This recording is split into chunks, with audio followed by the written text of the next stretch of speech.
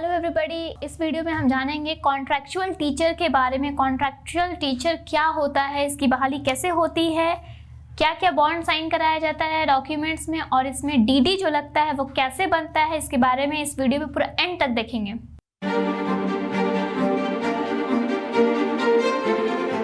Hello everybody, welcome back to my channel on Shiksha today. मैं सोनल। आज का जो मेरा टॉपिक है वो टॉपिक है, आपको हेडलाइन दिख रहा होगा, कॉन्ट्रैक्चुअल टीचर।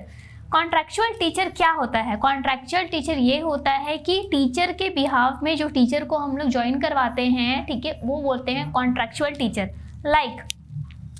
कॉन्ट्रैक्चुअल टीचर की जो बहाली होती है वो आपके ऑल ओवर अगर इंडिया में देखा जाए केवीएस के, तो वो टोटल वैकेंसीज निकलते हैं 4000 से 5000 वैकेंसीज। लेकिन अप्लाई करने वाले जो स्टूडेंट्स रहते हैं वो टोटल होते हैं 4 से 5 लाख के बच्चे।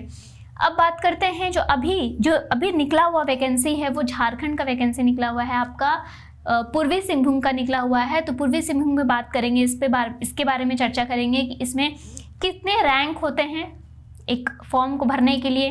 टीजीटी, पीजीटी, पीआरटी 3 लेवल होता है इसका, जो क्वालिफाइड होना चाहिए। साथ ही इसमें 5 रैंक होते हैं। 5 रैंक पे निर्धारित करता है 1st, 2nd, 3rd, 4th, 5th, ठीक है।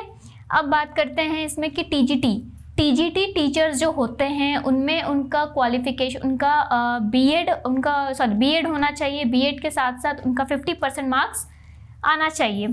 पीजीटी टीचर जो होते हैं उनकी जो क्राइटेरिया होती है वो होती है 50% मार्क्स होना चाहिए, साथ ही उनका पीजी और बीएड दोनों ही क्वालिफाइड होना चाहिए। ये दोनों चीज़ मैंने यहाँ पे मेंशन किया। अब बात करते हैं कि कॉन्ट्रैक्चुअल टीचर की जो असाइन होने का जो तरीका होता है, क्यों असाइन कराया जाता है कॉन्ट्रैक्चुअल टीचर को। तो कॉन्ट्रैक्चुअल टीचर जो होते हैं, पहली बात तो ये जान लीजिए कि वो किसी परमानेंट टीचर के बदले में वहाँ पे किसी स्कूल में ज्वाइन होते हैं।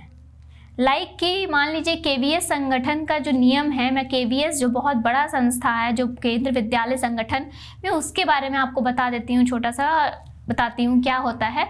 वो जो अपना हायर करता है कॉन्ट्रैक्चुअल टीचर को, वो कैसे हायर करता है, मतलब कि मान लीजिए कोई टीचर यहाँ पे आपको पढ़ा रहे हैं और वो 1 साल के लिए कोई परमानेंट टीचर बाहर चले जाते हैं, किसी छुट्टी में चले जाते हैं, या उनका कहीं ट्रांसफ़र हो जाता है। तो उस केस में, अगर उनका कहीं ट्रांसफ़र हो रहा है, तो उस केस में 1 साल के लिए हायरिंग होता है कॉन्ट्रैक्चुअल टीचर का। कॉन्ट्रैक्चुअल टीचर का 1 साल के लिए आपका हायरिंग लिया जाता है, और अगले साल फिर उनका री एग्ज़ाम होता है। री एग्ज़ाम के बाद फिर उनको दूसरी जगह के लिए फॉर्म अप्लाई कराया जाता है। मतलब कि कहीं भी किसी भी स्कूल में अगर कॉन्ट्रैक्चुअल टीचर अप्लाई करेंगे तो उनको सिर्फ 1 साल के लिए ही वहाँ पे पढ़ाने का मौका दिया जाएगा। साथ में बात करते हैं छुट्टी का।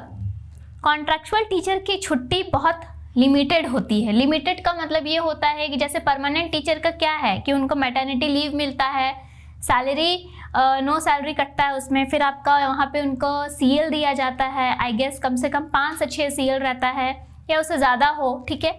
लेकिन यहाँ कॉन्ट्रैक्चुअल टीचर के साथ क्या अप्लाई होता है रूल? कॉन्ट्रैक्चुअल टीचर के साथ ये रूल अप्लाई होता है कि उनको पूरे साल में सिर्फ 1 सीएल दिया जाता है, मात्र उनको सिर्फ 1 सीएल दिया जाता है। इसमें ना मैटरनिटी लीव रहता है इनका, ना ही इनका मेडिकल लीव रहता है, ना ही Durga Puja, Diwali, summer vacation, winter vacation का छुट्टी मिलता है इनको।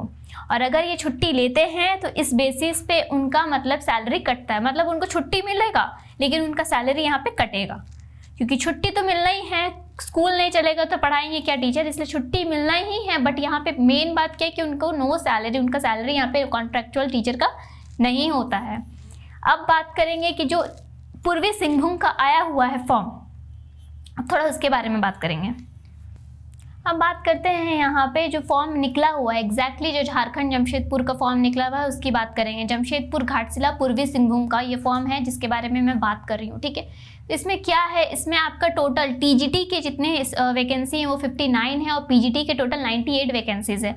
दोनों के लिए जो एलिजिबिलिटी आती है वो एलिजिबिलिटी ये आती है कि पीजीटी के टीचर के लिए इसमें आपका पीजी और बीएड में 50% मार्क्स होना चाहिए। टीजीटी के जो टीचर हैं उनके लिए इसमें आपका बीएड होना चाहिए, साथ में 50% मार्क्स भी होना चाहिए। अब बात करते हैं कि इसमें कितने साल के लोग कर सकते हैं। 21 ईयर्स टू 55 ईयर्स इसका आपका एज ग्रुप होगा। 21 साल से लेकर 55 साल के लोग इसमें कॉन्ट्रैक्चुअल टीचर के लिए भर सकते हैं। इसमें कोई आंसर नहीं लिखना है आपको, इसमें कोई एग्जाम नहीं देना है। ये टोटल निर्भर करता है सिलेक्शन, आपका सिलेक्शन जो भी निर्भर करेगा वो आपके मार्क्स पे करेगा, साथ ही आपकी क्वालिफिकेशन कहाँ तक पढ़े उस पे करेगा, और द मोस्ट इंपॉर्टेंट आपका डेमो क्लास पे पड़ेगा। आपको डेमो क्लास के लिए बुलाया जाएगा, वहाँ के जो कोई भी स्कूल के जो टीचर होंगे, प्रिंसिपल होंगे, उनके थ्रू आपका सिलेक्शन होगा। वो आपको demo class 1 day they, 2 day they, 3 day, maximum जाता है तो 3 डेज जाता है, इससे ज़्यादा डेमो क्लास नहीं जाता है। 1 डे में पता चल जाता है उनको कि टीचर को रखना है कि नहीं रखना है। बस इसी में आपका है कि डेमो क्लास पे ये निर्भर करता है कि मेरे ये कॉन्ट्रेक्चुअल टीचर के लिए हैं सही कि नहीं है। अब बात करते हैं कि कौन से वेबसाइट, इनका वेबसाइट है जमशेदपुर, www.jamshedpur.nic.in। इस वेबसाइट पर आप जाइए, सारा क्राइटेरिया उसको वहाँ पे आपको मिलेगा कि कैसे फॉर्म अप्लाई करना है, वहीं पे आपको फॉर्म अप्लाई होगा।